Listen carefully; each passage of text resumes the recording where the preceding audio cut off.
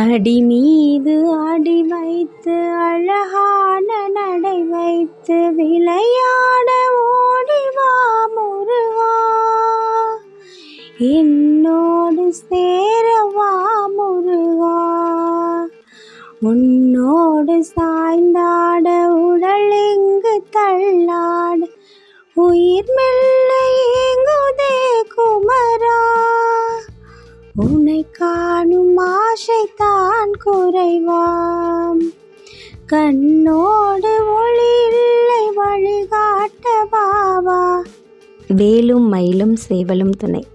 நிறைய பேரோட வாட்ஸ்அப் ஸ்டேட்டஸில் சிக்கல் சிங்காரவேலரோட டிபி இருக்கும், வாட்ஸ்அப் வீடியோஸ் இருக்கும். அதை பார்க்கும் பொழுது நம்மளும் அந்த கோயிலுக்கு போயிட்டு வரணும், அங்கே இருக்கிற முருகப்பெருமானை பார்த்துட்டு வரணும்னு ரொம்ப ஆசையாக இருக்கும். ஆல்ரெடி அங்கே போயிட்டு வந்தவங்கள்ட்ட கேட்டேன் போக முடியுமா அப்படின்ட்டு. அவங்க என்ன சொன்னாங்கன்னா, அதெல்லாம் உன்னால் போக முடியாது, ஏன்னா அங்கே படிக்கட்டெல்லாம் இருக்கும், அதெல்லாம் தாண்டி போய் தான் சாமியை பார்க்கணும், வீல் சேரில் போகும்போது ரொம்ப கஷ்டமாக இருக்கும், போகாத அப்படின்ற மாதிரி சொன்னாங்க. ரொம்ப கஷ்டமாக இருந்தது. ஆனாலும் என்ன இருந்தாலும் பரவாயில்ல, நான் முருகப்பெருமானை பார்த்து தான் தீருவேன் அப்படின்னு சொல்லிட்டு கோயிலுக்கு போயிட்டேன். கோயிலுக்கு போனதும் அவங்க சொன்ன மாதிரியே ஒரு 10-15 படிக்கட்டு. ஆஹா, அவங்க சொன்ன மாதிரியே இருக்கே, எப்படி இன்றைக்கி நம்ம சாமியை பார்க்குறது, என்ன ஆனாலும் பரவாயில்ல பார்க்காம மட்டும் வீட்டுக்கு போகக்கூடாதுன்ற ஒரு விடாப்பிடியான குறிக்கோளோடு அப்படியே போயிட்டுருந்தோம் வீல் சேரில். அங்கே நடந்தது பாருங்கள் ஒரு அதிசயம்.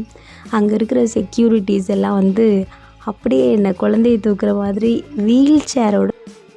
வீல் சேரோட ரொம்ப பாதுகாப்பாக தூக்கிட்டு போய் சாமியை பார்க்குறதுக்காக விட்டுட்டாங்க. கண் கண்ட தெய்வமையா நீ எந்தன் கலியுக வரதனையா, பாவி என்றிகளாமல் எனக்கும் பதமலர் தருவாயப்பா.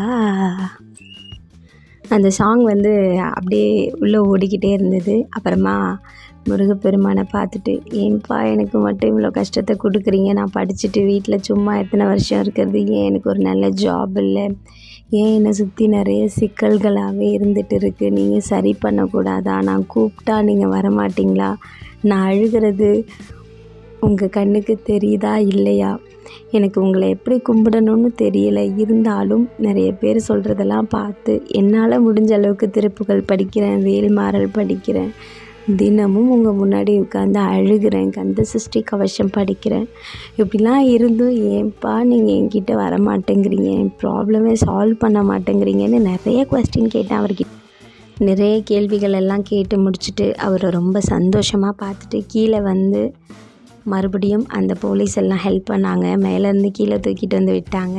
அப்புறமா விளக்கெல்லாம் வச்சுட்டு சிக்கல் சிங்காரவேலரோட ஃபோட்டோ ஒன்று வாங்கிக்கிட்டு அப்புறமா வீட்டுக்கு சேர்ந்தேன். வீட்டுக்கு வந்ததும் அவ்வளோ ஒரு சந்தோஷம், மனநிறைவு. எல்லாத்தையும் சரி பண்ணிடுவார்னு தெரியும், எப்போ பண்ணுவார்னு தெரியலையேன்ற ஒரு ஏக்கம்.